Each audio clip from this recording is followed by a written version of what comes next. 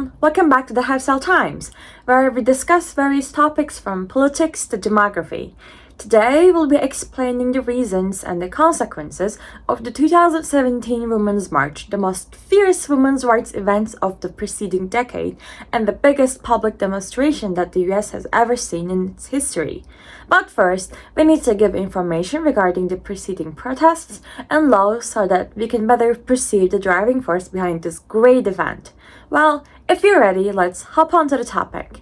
The US started its journey of extending women's rights with 1848 Seneca Falls Convention, and women have been rapidly getting more rights and forming larger organizations ever since. Due to the easier process of educational and financial participation, women managed to form various feminist organizations, eventually forming a chain of women's rights movements that continued until today. In the said period of protests, there was more than one reason behind the participation, with some due to women's rights limitations and some due to the mistreatment of women in work environments. Still, most of the modern protests stem from the conservative government's views about women's rights, including the Women's March of 2017. Despite its name, Women's March started to gain mass influence over the public in November 2016 when Trump acquired an election victory over Hillary Clinton. One day later, the first protest in Washington, D.C. was sparked by the Hawaiian U.S. citizen Teresa Shook, who tweeted about the possible civil rights and women's rights issues under Trump's government. Although she initially proposed a small-scale protest in Washington, D.C., the protest saw 4.6 million people from all over the nation participating in it and supporting it, with the movement's supporters organizing other protests in different cities as well. Despite not attempting to become a major movement, the Women's March became the largest public demonstration that has occurred in a single day in American history.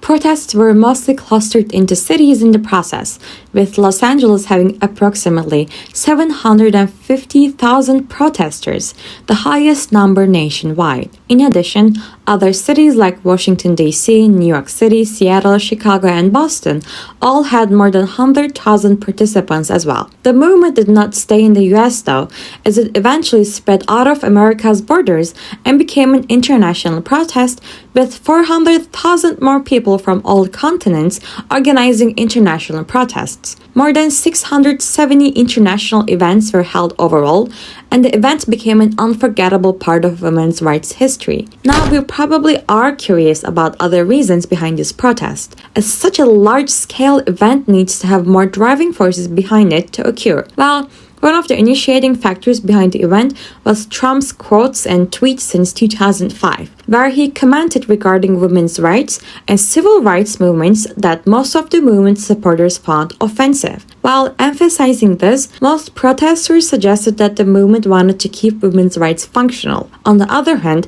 Trump and his Republican counterparts identified the protest as an anti-Republican one. Another reason has to do with social media, the biggest reason behind the protest's high participation in the first place. Most of the news and articles regarding the abuse of women and women's rights violations became widespread in the early 2010s, and an online women's rights movement acquired more than millions of supporters in a short matter of time. The greatness of the mentioned online protests can be further substantiated by the #MeToo movement, a push for further recognition of sexual abuse.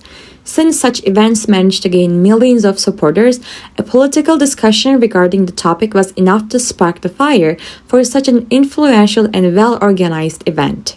Succinctly, we need to put most of the emphasis on social media's public influence. Without it, no public unity would be sustained, the event would not get such high support, and the protest would not be any different than the other ongoing small protests. Today, we accept this protest as a milestone towards freedom and better social media utilization, and proof that humanity can unite to convey a message, promote it, and make a change in the wider society. Well, that was all for now. Thanks for watching our video. It helps us grow this channel and thrive. If you want to see more from us, please consider subscribing, and if you want to support us as a community, you can visit our website to read more articles about the topic. Anyway, it was Hevsel Times.